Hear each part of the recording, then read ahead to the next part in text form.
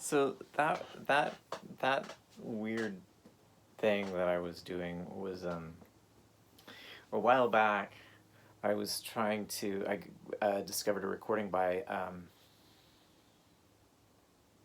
Can't think of his name. I'm really bad at that, but I discovered a recording called the Fluid Utsav Lal. He's a Hindustani keyboard player, actually, who plays Indian raga on Western piano keyboard. And I believe he's a British piano maker or composer who has created an instrument called the fluid piano. All you have to do is search YouTube for fluid piano. And basically it's a tunable piano, so you can play in microtones. And the beauty of it is that you can actually change the tuning in real time. So he got Utsav Lal to record a CD of Indian raga on the fluid piano, and it's quite an astounding recording. I believe I discovered it on YouTube and then ended up buying the CD to support the project. But I believe you can actually watch the performances on YouTube. Utsav, Utsav Lal, Lal. Just search that and fluid piano, and you'll find the videos. I think the whole album is up, and you can then find the composer's name, who built the piano, which I am very, very ashamed that I don't remember his name because we've corresponded by email, but I am really, really horrible with names. So anyway, yeah, I had gotten into that, and I was like, well, couldn't you do that on like with a MIDI keyboard and Ableton Live? Like, how could you create something? So I made one. I created it actually in just a few minutes with an old M-Audio MIDI controller that I had, and it worked just freaking beautifully. And then I upgraded it to add a second interface, which I just use this nano control. So it's got all these sliders here. So each of these I assign the pitch range to the keyboard, and then like those sliders are the benders for just that pitch range. So I can't bend an individual note, but I mean I could, but on this instrument I can bend a range. So it gives the illusion, if you play it right, of bending individual notes on a keyboard. It's kind of cool. And I had it worked out with a couple of synthesizer sounds, and I built some synthesizer patches and things like that, and was really into it for a while. And then I kept, like, to get it to work a certain way, it had to get more complex.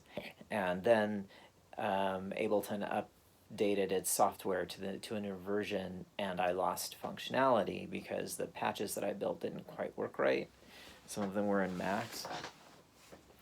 So I went back and I rebuilt it again and got it working again, and then put it aside, and now I've got 2 more program updates on Ableton, or 1 more, and it didn't, it's all broken. So I spent the afternoon trying to get it to work again, and then I thought I'd try it with piano sounds. Now the problem with piano sounds is that you have to load a piano sampler into each pitch range, and the piano sounds that I use are heavily I don't use just a straight sampler. I use a series of there's a company that produces PSP software. They produce a plugin called Piano Verb, which is a tunable piano reverberation plugin. And it gives a really nice, I've used it on a ton of recordings to give to create basically tuned reverb spaces. But if you're a chamber music performer and you've performed in a reverberant space with an open piano that isn't being played, or that is being played, you get a little extra. So it's kind of like faking the idea of like, oh, I'm standing here performing next to an open piano, ha ha ha. It works really nice with vocals and stuff, but it works especially nice with keyboards, or particularly piano samples. And then I have my piano sampler tuned to a specific tuning, to the Samick piano at Jack Straw Studios, which has a really soft touch and has a really mellow tuning. And I made a particular recording, and somehow it was like almost the octave tuning from middle C to the C above that was almost like, it wasn't 10 cents, but it was like 5 cents, if that's perceivable. Enough to make it weirdly more resonant, for the particular piece I was recording at the time, which is a piece called Bone Totem Dog, which I might actually just play on here at some point. It was kind of crazy to discover that, and there are a couple of other notes, like the G, which is the fifth, is weirdly tuned too, and it was just for that recording. I mean, they tuned that piano. Well, they got a Steinway eventually, and the Steinway had a much different sound. I really preferred the Samick for that particular recording. Unfortunately, that recording was made so low, I was unable to release it. And since the recording, I have worked with the piece more and decided that the recording was too slow.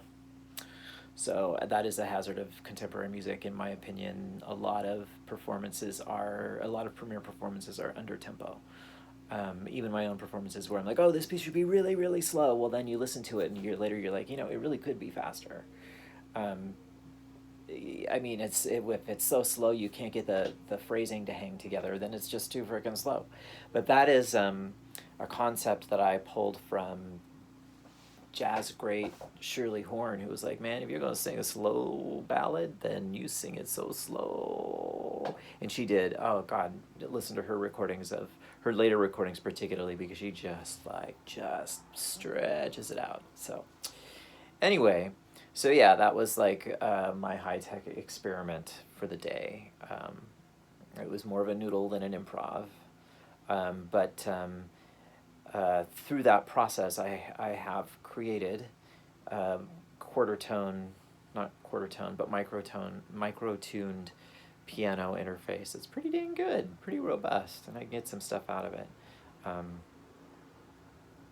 It's hard to make recordings of it, or to make MIDI recordings, I should say, because not all of the MIDI data is routed in a certain way. It's hard to record all of it because you have to record all of the pitch bends, and you're working with, I think that one was working with 6 different ranges, so that's 6 different pianos, and you have to record on all of those. You have to record all of the MIDI information going into each different piano, which is, I don't know if you heard the artifacts that were popping, but that was CPU overload on my computer. Yay. So, that's it for Saturday. Tomorrow's Easter. Happy Easter. Happy spring, right? For those of us that may or may not celebrate Easter, or may celebrate it in a different way. Catch you next time.